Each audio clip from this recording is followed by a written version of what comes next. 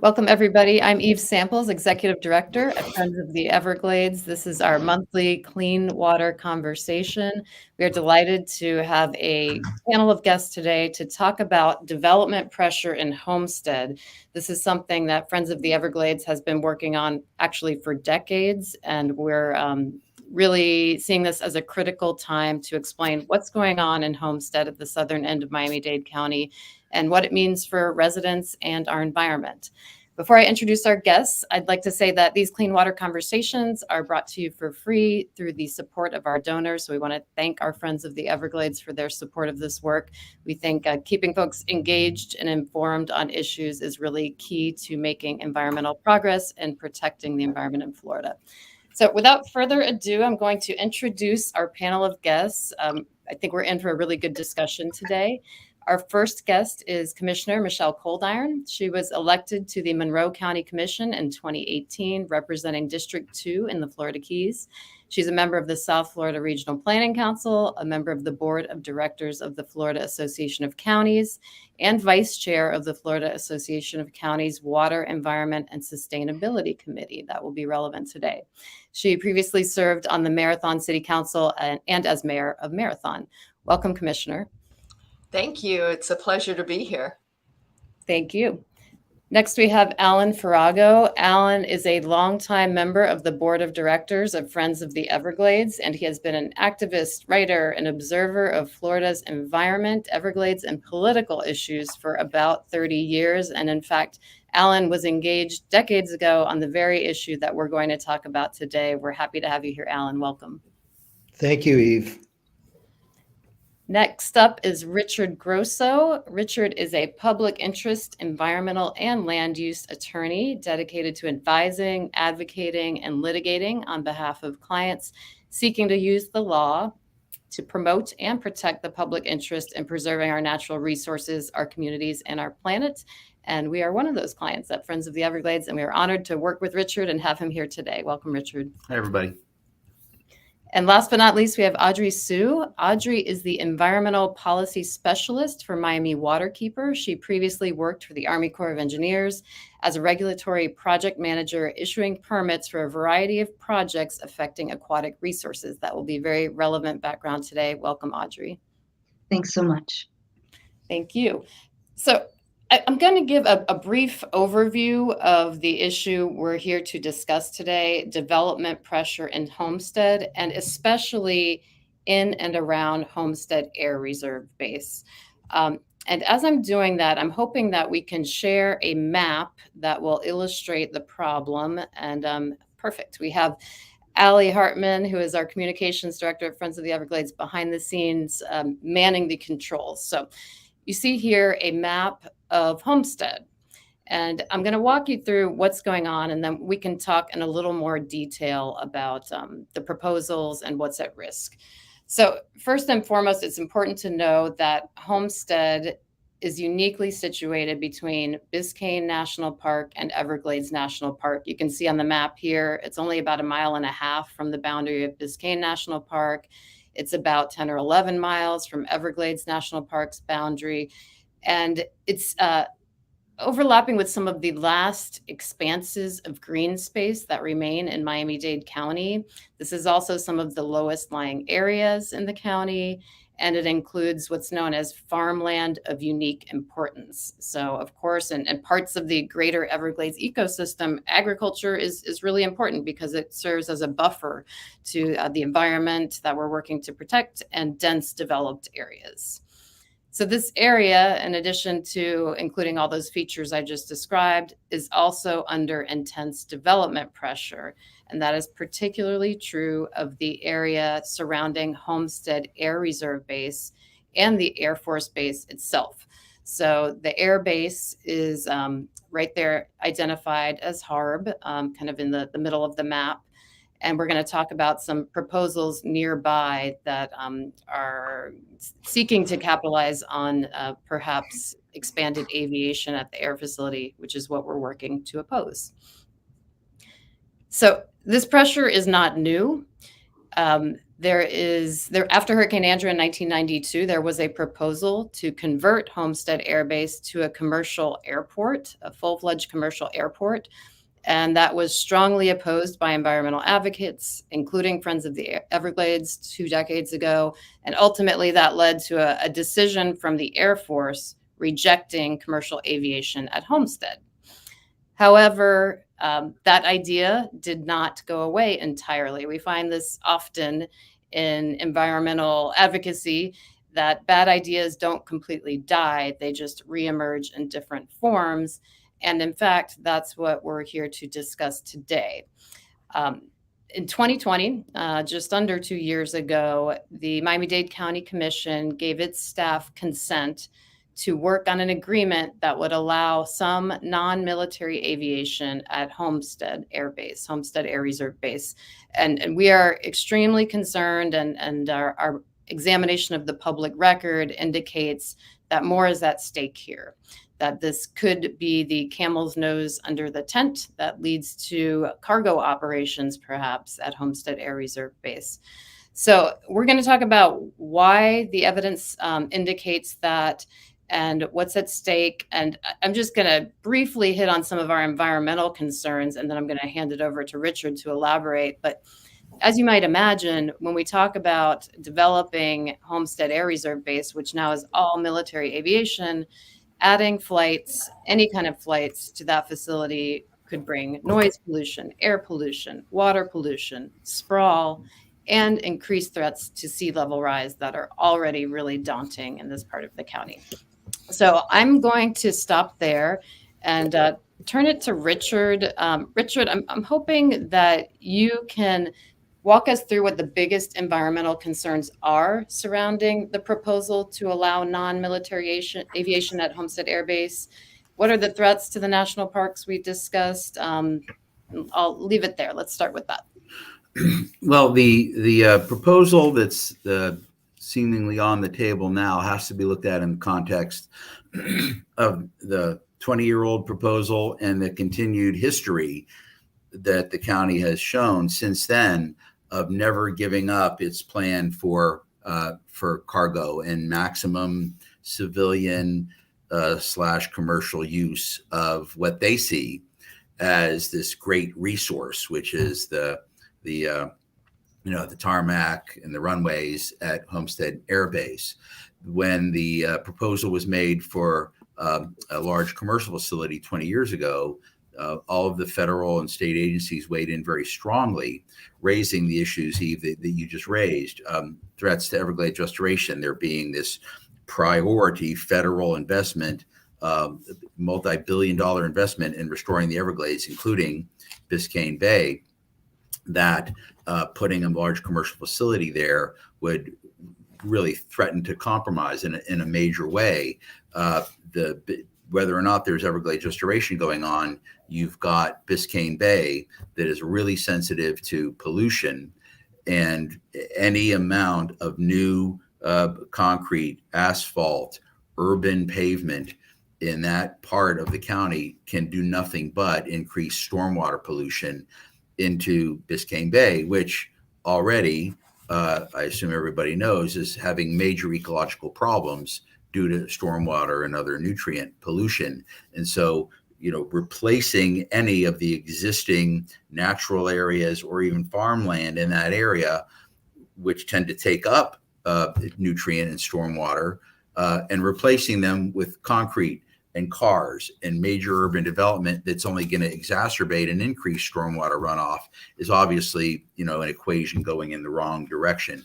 Noise pollution was a huge issue, remains a huge issue. You've got 2 national parks, Biscayne about a mile or so away, maybe a mile and a half. You've got Everglades National Park, maybe 8 miles to the west. And, one of the major purposes of a national park is the serenity, the wilderness experience. That's both for wildlife that for whom that is their habitat, and for humans who are out there trying to enjoy that. And so the idea of frequent, constant takeoffs and landings from airplanes, from jets, is obviously totally antithesis to the whole idea of the human experience you're supposed to have when you're visiting a national park, whether you're kayaking, fishing, hiking, camping, whatever you would do. And then the next issue is a land use. It's an urban sprawl issue. To put civilian commercial facilities in an area here where you've got farmland that's scarce and unique, and where you've got obviously Everglades, coastal Biscayne Bay wetlands that are irreplaceable. They're there for a reason. They're there to serve a key purpose, to maintain the health, hopefully restore the health of Biscayne Bay. And when you introduce these land uses there, all that does is encourage and allow create a market for, and allow justification for even more development to meet the needs of the development you're approving right now. So that domino effect when it comes to land use impacts is just an absolutely huge one. The current situation out there is that in 2001, when, because of all these problems, the Air Force said, you know what, we can't allow Dade County to do the commercial facility that it wants out there. This is a unique situation. The Air Force called it the most controversial reuse project it had ever had to deal with. Unique because this piece of land is sandwiched between two national parks, subject of a multi-billion-dollar federal investment restoration strategy. Said, we're going to give you only a limited amount of land, Dade County. The impacts of this are unacceptable given the location, given the setting, which also includes a national marine sanctuary in the Florida Keys, just to the south here. And so the Air Force gave Dade County only a portion of the land Dade County had wanted back then, and said, do mixed use development here.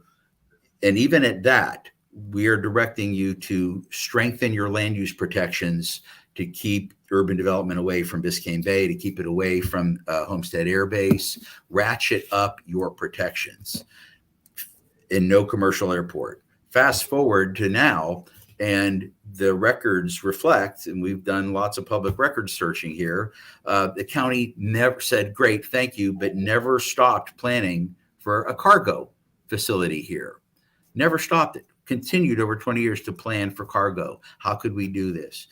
In October of 2020, when the county commission approved a resolution to pursue a joint use agreement for simply general aviation facilities, at least two county commissioners made big statements from the dais. Okay, that's fine now, but we intend to ultimately do cargo there. That's the prize for us, the economic development that could bring. And so it's pretty clear that what is at play here is a concerted effort to continue to do cargo at this site. At the same time, the county not only did it not, as the Air Force told it to do 20 years ago, ratchet up its protections for this area, it's actually weakened them. It's made it easier to develop here. It's made it easier to move the urban development boundary.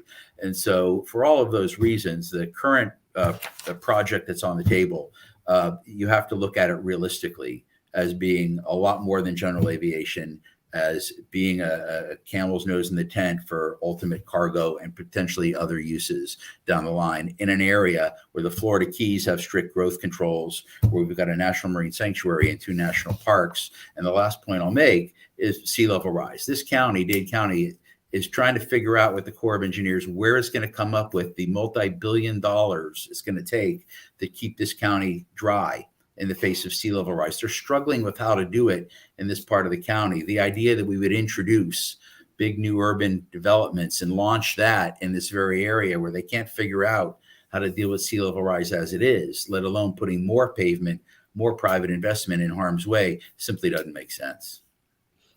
Thank you, Richard. That was a great overview. And I just want to explain the map on the screen a little bit more for our audience. And on that note, if our audience has questions, please put them in the chat on Facebook or on YouTube, and we'll get to as many of those as we can at the end. So the map you're looking at shows a closer view of Homestead Air Base. and to the east there, boundary of parcels under consideration for BBC or SERP projects. So what is that? SERP is the Comprehensive Everglades Restoration Plan. It was approved in 2000. It includes 68 projects, billions of dollars in costs. BBCR is one component of that, Biscayne Bay Southeastern Ecosystem Restoration. So that project is currently underway.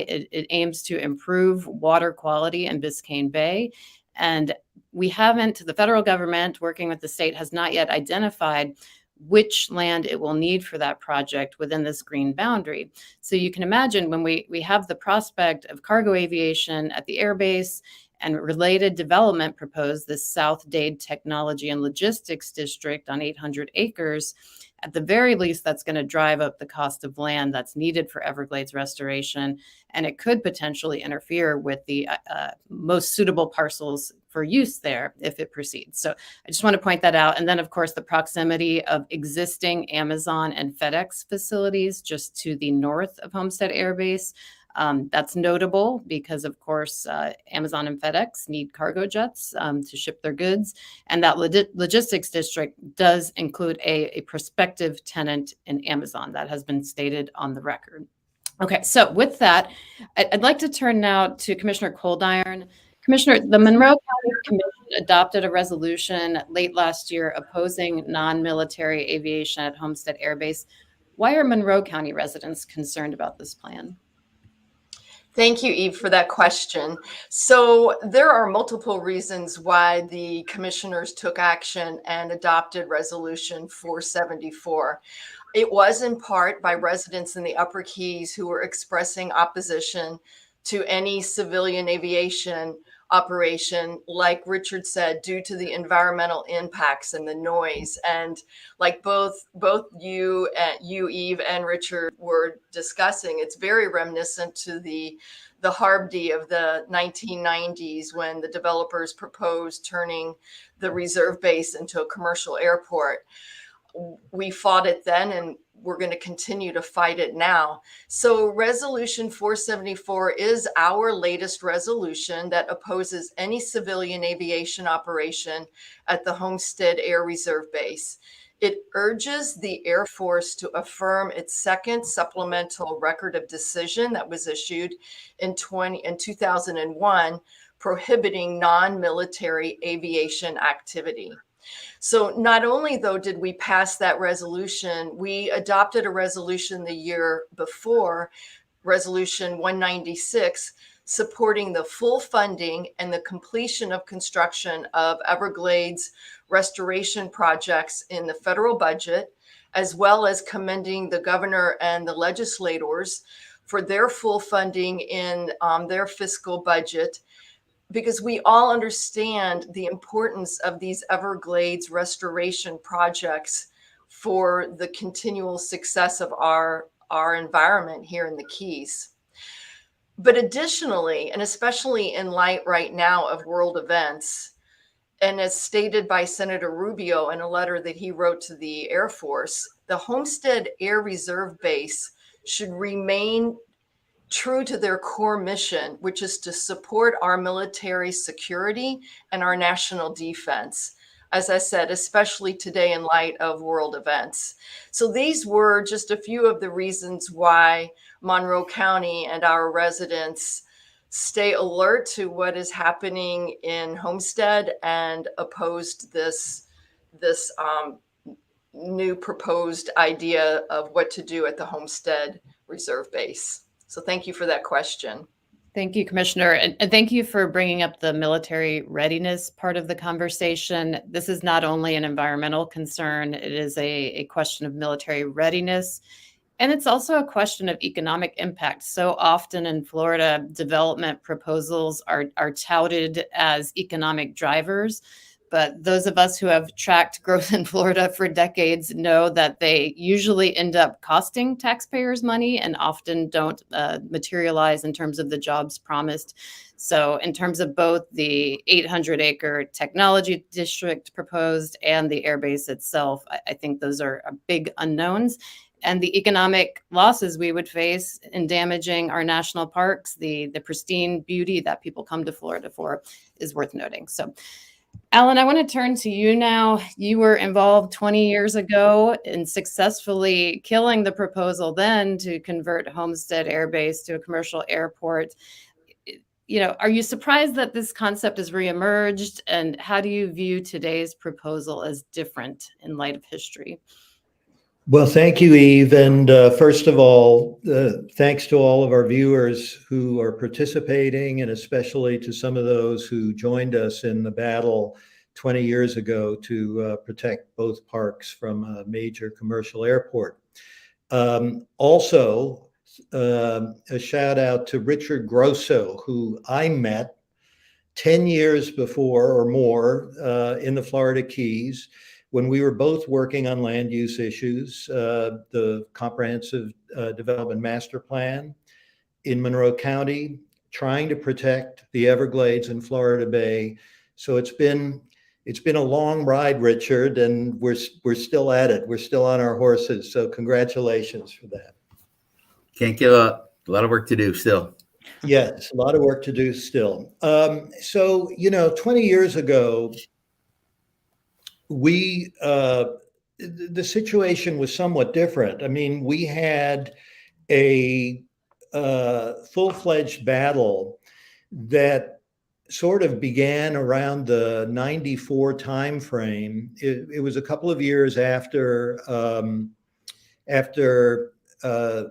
the big hurricane passed through and destroyed much of the air base. But we had more state processes. There were more hoops that the Miami-Dade County Commission had to jump through, which kind of gets to one of the points that Richard was mentioning, how development in some of these environmentally protected or sensitive areas of South Florida has gotten easier over the last decades. And so none of the protections are permanent. We're always engaged in a battle to keep the goalposts where they are. And 20 years ago, that battle that started in around 94 and finally ended in around 2000 engaged various levels of state government, certainly local government, and federal agencies, as Richard had mentioned. But we fought on our side to really protect the national parks and to protect the quality of life and the economy that depends on the integrity of the environment and our natural resources. At the end of the day, we had, thankfully, a U.S. Department of Defense that stood up for both the real legal issues that were involved in permitting a major commercial airport, but also recognized its moral responsibility in a very sensitive part of Florida, an important place in the nation. And it was the Department of Defense and the U.S. Air Force that really stepped to the plate and delivered its decision. So the intervening 20 years haven't been, kind on the environmental side, but point to the issue that we're dealing with today, which is, how do you limit, once you allow a portion, general aviation, once you allow limited aviation, how do you prevent this creep into what we believe is the real goal of Miami-Dade County interests, which is to introduce commercial operations, cargo operations to Homestead Air Reserve Base. And I think the jury is very much out on that. We don't have the same levels of scrutiny that we had 20 years ago. For instance, state comprehensive land use plan review from the Regional Planning Council. There was a whole whole multi-year engagement at that level that simply doesn't exist anymore because those barriers were knocked down by political interests. So where are we right now is very much a question that is up for discussion. I think, again, our experience over 20 years ago has informed the intensity that we're approaching this issue. And so is the conviction that we have that these goalposts should not be allowed to move. I mean, as Audrey, I think, will talk about a little bit, we're in a fight to protect and to preserve, what we have, and not to just let the goalposts change whenever it's politically convenient. So that's it. Look forward to the discussion. Thanks, Alan. I just want to read a line from the 2001 Air Force decision rejecting commercial aviation at Homestead Air Base. It said, the development of a commercial airport in such close proximity to Biscayne and Everglades National Parks, when development alternatives with lesser impacts are available, poses unacceptable risks to these natural resources. And I think that remains true today. Even though the exact proposal on the table looks different, the threats remain and our environmental resources are even more vulnerable. So on that note, I'd like to turn to you, Audrey. Biscayne Bay has really been degraded in recent years. We've seen fish kills, seagrass loss, and Miami Waterkeeper has been an incredible asset in terms of helping the community understand the fragile condition and what can be done about it. So the question I'd like to ask you is how development in Homestead and potential expansion of Homestead Air Base impact the bay itself? Thank you for that question, Eve. And before I answer that question, I do want to address the fragile condition of Biscayne Bay. And not seeing who all is in the audience today, I suspect that a lot of people have heard this, but it bears repeating that the bay is in a state of crisis. It's at a tipping point where it really can't absorb any more pollution before it declines beyond a state of no return. And the dramatic loss of seagrass habitat has been devastating to aquatic life. And that seagrass loss is most often a consequence of water pollution. The water is connected to the land in that it receives the inputs, or maybe we can think of it as insults of the consequences of our land management decisions. So a lot has been made of northern Biscayne Bay and the dramatic seagrass losses there. We're talking about southern Biscayne Bay development around the Homestead Air Reserve Base. So southern Biscayne Bay has not lost as much seagrass. It's not as bad, but why make it worse?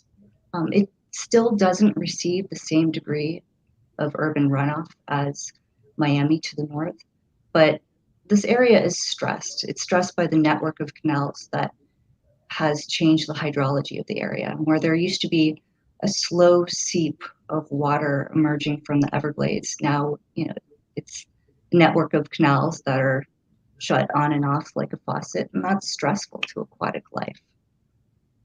So now to answer your question, my bottom line up front is that denser development here could repeat the mistakes that have happened in the north part of the bay, where some parts of northern Biscayne Bay have lost close to 90% of seagrass cover. And we just shouldn't repeat that here. Adjacent to Biscayne National Park and a SURF project, the Biscayne Bay Coastal Wetlands. So I do want to capitulate and elaborate on a couple things that Richard said. Number one, urban runoff. Urban runoff has drastically impaired waters of the bay. And when we urbanize, we build impervious surface areas, new roads, new buildings, and when we compact the soil, it means that there is less unadulterated land to absorb water when it rains. So excess water has to run off somewhere, either in sheet flow through non-point source pollution or through a stormwater management system that might terminate into a tributary of the bay or into the bay itself. And that water can carry with it what it encounters. It could be oil, it could be grease, it could be toxic industrial chemicals or fertilizers and pet waste. Some things like fertilizers can feed algae that bloom and include white light in the water column, and this kills seagrass and drives down dissolved oxygen that sea creatures need to live. And of course, runoff can carry pet waste and sanitary sewage overflows, that sort of good stuff, and transport pathogenic bacteria into the bay. So we don't want that happening in southern Biscayne Bay. Another consideration is SERP, of course. Biscayne Bay coastal wetland hugs the coast. The goals of SERP include restoring the quality, quantity, timing, and duration, and distribution of water. And the Corps is trying to achieve these goals by restoring that slow seep of water. So when you put urban development there with all of its impervious surface and fill pads and subterranean structures, you're putting a blockade there that the fresh water is now going to have to move around. And it's going to present a challenge to SERP, a hydrologic challenge. And that could mean that you're challenging the goals of SERP in that area. So to summarize, urbanizing here could result in more polluted urban runoff, and it could complicate the objections of SERP. Thank you so much, Audrey. Great explanation. And we pulled the map back up so our audience can be oriented to the proximity of the lands under consideration for the BBC or SERP project. So we've touched on the South Dade Technology and Logistics District. This is an 800-acre proposal to convert farmland near the airbase to dense industrial development, about 9 million square feet. So Richard, I want to turn it now to you to talk about this proposal. Where does it stand and why is it so concerning? It is part of the equation here, as you had mentioned, Eve. Instead of ratcheting up the protections for the land the county did get 20 years ago from the Air Force, it's loosened the land use restrictions. We now have an Amazon facility. We now have a FedEx facility within a stone's throw of the air base. And we now have 800 acres of land, which you show here as the proposed logistics center, which would be a logistics center, meaning goods that need to be shipped and that could really well make great use of a commercial airstrip. And so, you have to look at the reality of what's on the ground here. You got a claim that all we want to do is general aviation. You've got two facilities that use airport cargo facilities. That's how they get their stuff moved around. And now there's a third one of 800 acres in the same location. So it's part of the Homestead Air Reserve Base concern that we have about cargo. This area is currently under the land use plan of Dade County agricultural land. You're not allowed to do for all the reasons that Audrey was talking about, and we've all talked about. You're not allowed to do urban development in this area because it's scarce, important farmland, scarce, important Biscayne Bay wetlands. This would change it from an agricultural designation. It would move the county's urban development boundary out to include this piece of land, and it would allow a new special kind of land use the county would adopt for logistics centers, would allow over 9 million square feet of logistics uses, warehouses, offices, 150 room hotel, all sorts of related commercial development. The developer is asking the county to repeal the requirement that large land use changes like this also have a corresponding detailed zoning plan.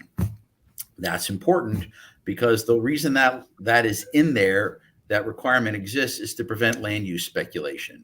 If you've got a real actual project that's ready to go on a big piece of protected land, you should be able to tell us the zoning plan, the detailed zoning plan for that entire thing. So on one hand, the applicant is saying this is going to create such great economic activity and a great number of jobs. Yet on the other hand, they only have an actual zoning plan for part of the land. So they're asking for a waiver of the requirement that shows you a zoning plan for the entire plan. That really undercuts the claims of great economic benefit here. It does suggest that a big part of this 800-acre proposal is simply land use speculation, in my opinion. The land is also a coastal high hazard area, subject to flooding. And so the developer is also asking for a waiver from the rules that don't allow you to elevate yourself out of a coastal high hazard area.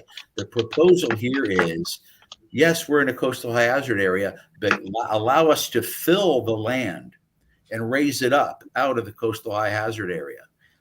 If that's what we're going to do to deal with sea level rise in Southeast Florida, it's horrible. The first person in that develops their land first, raises it up, increases everybody else's flooding. That is just the opposite of what we need to be doing in terms of development in flood-prone coastal high hazard areas. The county staff strongly recommended don't go past go on this for all the reasons we've talked about. There's plenty of land available in the county, in the urban area already available for logistics and industrial types of uses.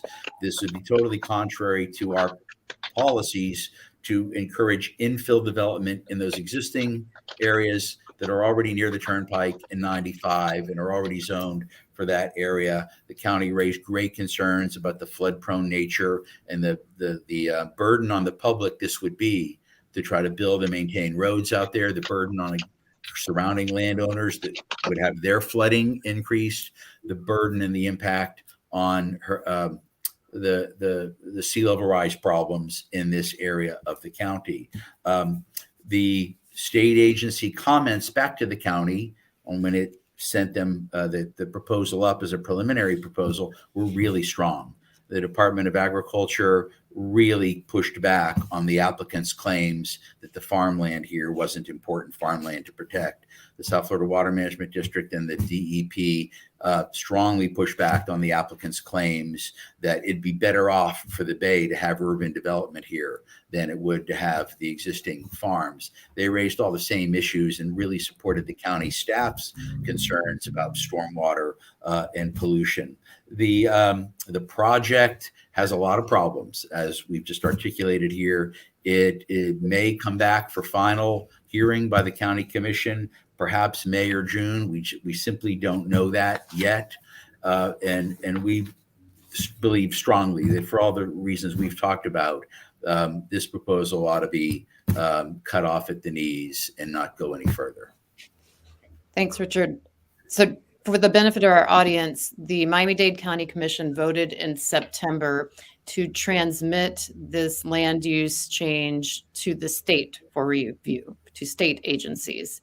And some really important state agencies, as Richard alluded, came back with very critical comments. The Department of Agriculture and Consumer Services, DEP, the South Florida Water Management District. So this will return to the Miami-Dade County Commission at some point, probably in the next few months, for consideration. And we heard some of those commissioners say in September they wanted to see what the state's input was. Well, we've seen it. Those concerns that the county staff highlighted back in September have been brought into stark relief. So we're hopeful that the county commission will make the right decision for protecting these really fragile natural resources when it does come back for a final vote. So on the land use topic, I'd like to turn it back to Commissioner Coldiron. You're on the Regional Planning Council. You've been a county commissioner. This assault on land use is not new to you. And Alan really articulated well some of the erosion we've seen over the decades. As a sitting county commissioner, how do you think local governments, counties, cities can resist this pressure and the pressure to upzone green spaces that are remaining in South Florida? And I know in the Keys, this is a really unique concern. Yes, it is. And it is for any county commissioner. You know, it's our job as the policymakers to strike a balance between the economic engine and the environment. And no more so than in the Florida Keys. We're very unique in the state of Florida. Our environment generates significant economic activity. It generates over $200 million a year in sales tax revenue. The state of Florida recognized that about us as well, and as such made us an area of critical state concern, which really limits our growth, and it requires us to protect our nearshore waters and our reef. What they did when the state made us a area of critical state concern, they put in policies that do specifically control our growth through a rate of growth ordinance. I don't want to get too deep into it. It's somewhat complicated, but it implemented how many residential units the Keys can develop, and also how many non-residential permits can be issued in the Keys. And we every year have to go to the state and review how we're doing and what we're doing on our work plan to protect our environment. For example, we had to go from septic to sewer, and now we have to do canal restoration projects to clean up our nearshore waters. But with all of that said, even though we do have the ability to give permits for residential and commercial development, we put in some more guidelines that include density bonuses that are offered if a developer will develop in less sensitive area and transfer the rights from the more sensitive area. We put in a tier system that prioritizes development in less environmentally sensitive areas. If a developer wants to upzone a property in Monroe County, they'll need to retire an equal amount of development from another property. And when it does occur in more environmentally sensitive areas, we then limit the amount of the habitat that can be cleared. And on top of that, though, we're also being very aggressive in land acquisition programs that allow us to buy land that we believe is more environmentally sensitive and use it for conservation. And those funds come from both state, local, and federal funding. So, I think we're doing all that we can in striking a balance between the needs of our community and recognizing that we are the stewards of our environment. And one more thing, we also did another resolution this past year opposing that urban development boundary expansion in Homestead. So I think we're doing what we can here in Monroe County. Thanks, Commissioner. I'm glad you mentioned the urban development boundary again, because I should note that Friends of the Everglades is a co-founder of the Hold the Line Coalition, which for many years has been working to protect the urban development boundary.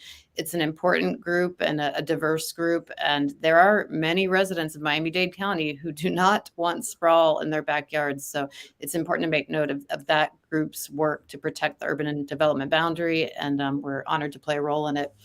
Richard, I want to kick it back to you just to elaborate on something. I've heard you say before that developers, landowners do not have a legal right to more dense development. Can you just give that speech I've heard you give before about what developers are or aren't entitled to in terms of upzoning their property? Sure. The law is clear. When you buy a piece of land, you buy it with knowledge of the restrictions that apply to it.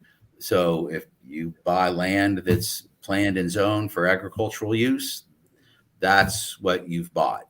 You are, and this isn't just an opinion, this is clear decades old law, U.S. Constitution, Florida Constitution.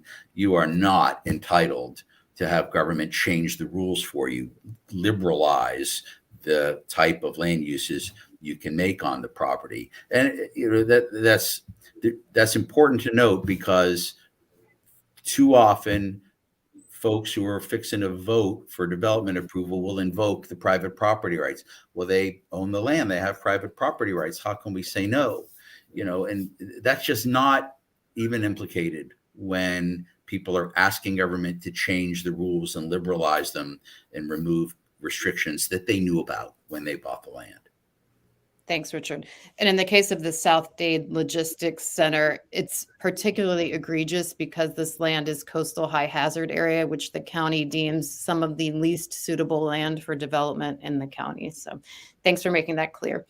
I'll turn it back to you, Audrey. The Homestead Air Reserve Base site includes jurisdictional wetlands that could be impacted if the county proceeds with an agreement with the Air Force, a joint use agreement. So given your past experience working with the Army Corps of Engineers, how do you think our government agencies should be scrutinizing these kinds of proposals that can disturb wetlands that are protected? Sure, I'm happy to speak to that and to outline the process. So the wetlands would be subject to 404 of the Clean Water Act, and that may be reviewed by the state, or it might be the Army Corps. As such, when the applicant comes in with an application, they need to look at a number of things. And the very first thing is the why of the project. They have to discuss the purpose and need. The need is the problem that you're trying to solve or the opportunity that you're trying to capture. If it's that there's a need to accommodate small fixed wing aircraft, then the applicant must acknowledge that in the application. The next thing they have to do is explain the purpose of the project. What actions are they going to take to address this need and where? It's a description of the product. What are they going to build? And it describes the locality it serves, and it provides a geographic range. Once the purpose and need are clarified, then they need to look at alternatives. They need to consider a range. They need to look quantitatively at the impacts of each alternative. So you could have configurations A through D, and you would quantify the amount of wetlands lost and the type and the quality of the wetlands lost. For larger projects where you might have a larger geographic range that the project would serve, they may identify off-site alternatives. And under the Clean Water Act, and sorry to get all jargony, it's 404B1 guidelines, they have to consider the no-build alternative. Once that range of alternatives is spelled out, they're compelled to identify the LEDPA, and that stands for the least environmentally damaging practicable alternative. So they need to identify which will have the least amount of environmental impacts that still allows for the project purpose to be served. And under the Clean Water Act, there is a rebuttable presumption that there are uplands the project could be built upon that would have less impact or no impact to the wetland. So they have a lot of hoops to get through, and it's imperative to identify and fully vet the range of opportunities such that we can identify the least environmentally damaging project alternative. They will also look at nexus laws for historic properties and endangered species. Thanks for pulling back the curtain on that process. It is important, I think, for us to be aware of as a potentially damaging project is under consideration. So, Alan, I want to turn back to you now to talk about what the key to success was back in 2000. You really overcame a dangerous prospect in South Florida and Homestead. And I want to know what lessons we can take from that to inform opponents now to effectively work to stop the non-military aviation proposed for Homestead Air Base and related development nearby. Well, it's very important, Eve, for people who are listening and people who have friends and family. This is kind of an effort that needs to grow organically through citizens who understand that, government government exists to serve taxpayers and to protect the public. And the more people we get engaged in that process, the more likely we will have an outcome that that works for all. And so I would say, getting homeowner associations involved, getting community groups, the kinds of outreach that Friends, that Miami River Waterkeeper does, and other environmental groups in South Florida is absolutely critical, because our electeds have a lot on their plates, and they need to hear that this is a priority. You can't take for granted that our electeds will always do the right thing when there are so many competing pressures. And in order to keep, as I mentioned, earlier, these goalposts fixed, it takes an active public. And the best way to do that is to, reach out to your elected officials, reach out to your radio, TV, and newspapers, and let the reporters know that this is a high priority issue for you. Because if we can get that kind of support behind Friends, Waterkeeper, our other allies in the environmental movement in South Florida, we can start to have a stronger impact for a better outcome at Homestead. Thanks, Alan. You mentioned the media, and it's worth noting that last year there was an op-ed published in the Miami Herald, jointly authored by Mayor Daniela Levine Cava of Miami-Dade County and Senator Marco Rubio, opposing the logistics center. So not typical political allies, but they came together on this one. And I think that's because there's really a broad understanding of the risks to our environmental resources here, the 2 national parks, this low-lying area. And I think that there will be more of that to come. So I'm going to remind our audience that if you have questions about this topic, you can pop them into the Facebook comments or on YouTube, the YouTube comments, and we'll get through as many of those as we can. So far, we have some questions related to the recent legislative session that are not related to Homestead. So I'm going to continue to circle around with our group and ask you all for just some final points and takeaways as we consider the threats in Homestead, the reemerged threats, what we can do about it, what you want our listeners, the audience to keep in mind as we wait for an outcome. And I'll start with you, Richard. I think, one of the things that you might hear is you all are overreacting. This is just general aviation.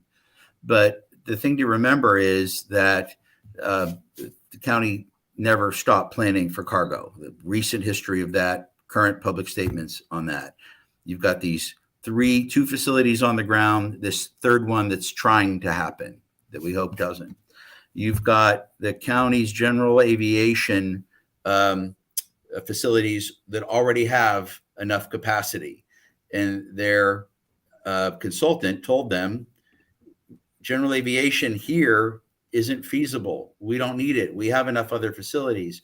There's a recent county auditor's report that said positive economic value of this would depend on being able to use it for commercial airport facilities. So, all of those facts on the ground support the great concern that this is really about cargo. So I don't put much stock in the claims that we're seeing things that don't exist and that we're overreacting. I think you'd have to be pretty naive not to see the potential that this would open up into, Thanks, Richard. Commissioner Coldiron, final thoughts and takeaways for our audience on this topic? Yes, absolutely. I sometimes think that we in the Florida Keys feel like we're Mighty Mouse, and we're protecting the Keys and the Everglades and the Bay and the 3rd largest reef from everything that's coming down to us from up north. And we understand how important it is to continue to to protect our environment and to preserve these environmental resources, to preserve our quality of life and the tranquil waters that we have. And so we will continue to fight the fight and join forces and do whatever we can to protect our environment and our economy, because the two do go hand in hand. So it's wonderful, these conversations and these friendships that we forge.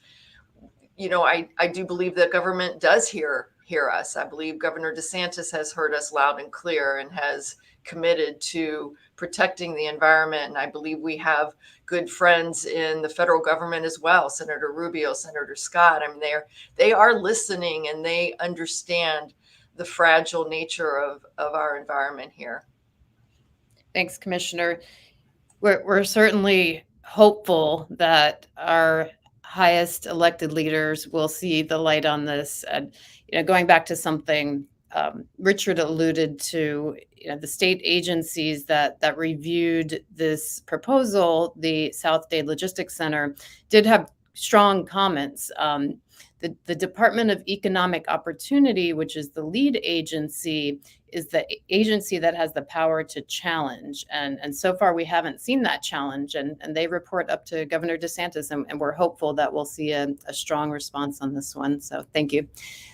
Audrey, I'm going to turn it to you for comments, and feel free to take an extra minute or two to talk about Biscayne Bay and what's at stake in general, because I think so many residents of Miami-Dade County are interested in that. And we certainly don't want what happened in the North Bay to play out in the South Bay. Sure, thanks. And yes, Biscayne Bay is an ecological jewel. I can't stress enough its recreational importance, its commerce.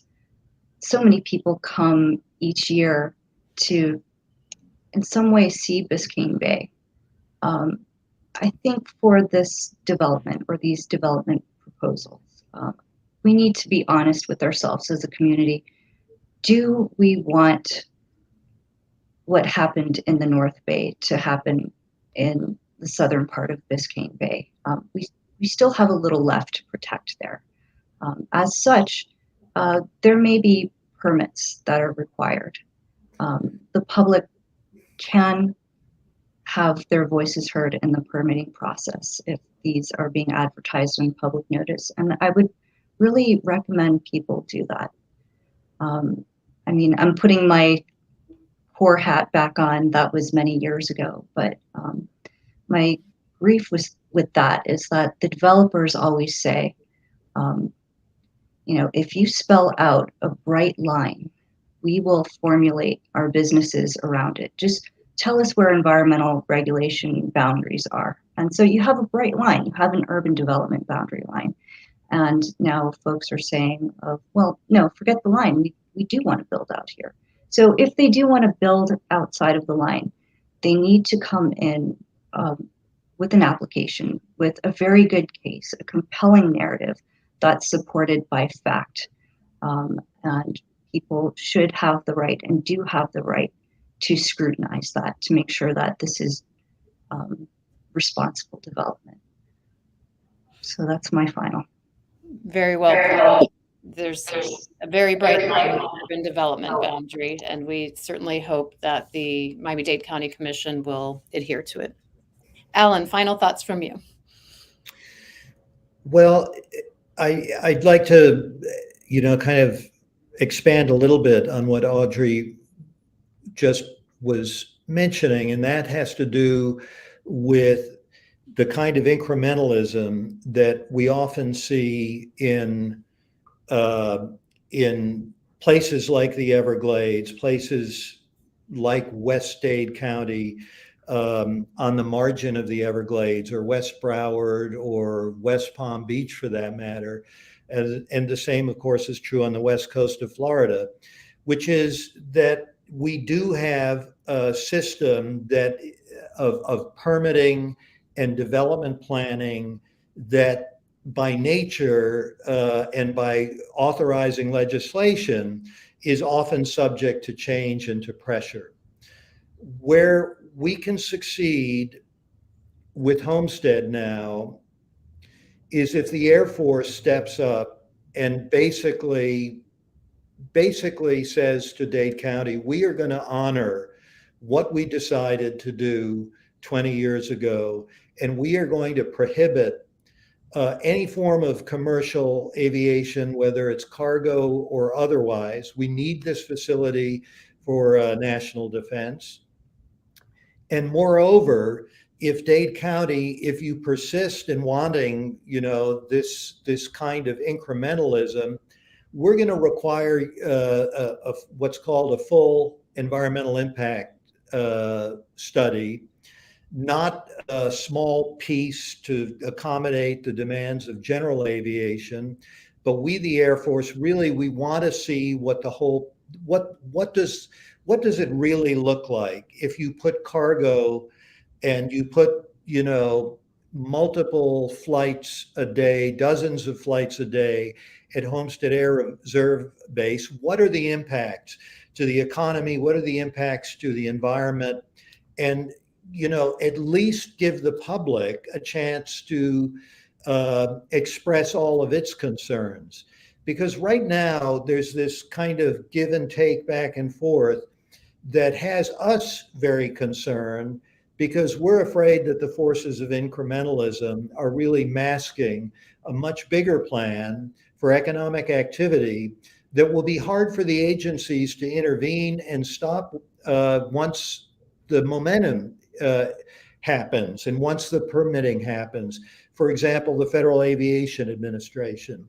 There are federal rules that would prohibit the FAA from limiting the types of aviation that go on once this facility is turned into a private, once there are private air operations on this facility. So we think the incrementalism is something that the Air Force can absolutely stop in its track by stating unequivocally, we're going to stick with what we decided in 2000 because we did the exhaustive studies then.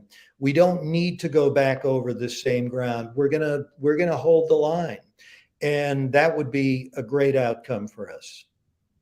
Thanks, Alan. It's worth noting that in the Florida environmental community, there is near unanimity on this issue. The Everglades Coalition, which is 62 organizations, passed a resolution opposing non-military aviation at Homestead Air Base about a year ago. So there is broad consensus opposing this. Friends of the Everglades will continue to advocate for the correct outcome, meaning no non-military aviation at Homestead Air Base. We'll continue to fight against the development proposals that would damage some of the last remaining green space and pose a threat to coastal high hazard area in Homestead. And we'll keep you informed. If you go to everglades.org, you can sign up for our emails and stay in the loop on this. We'll let you know when this comes to a head and you can raise your voice again. So I want to thank our group today, Alan, Audrey, Richard, Commissioner Coldiron. Thank you so much for lending your time and expertise. We'll stay in touch, and I hope you all have a wonderful day. Thanks.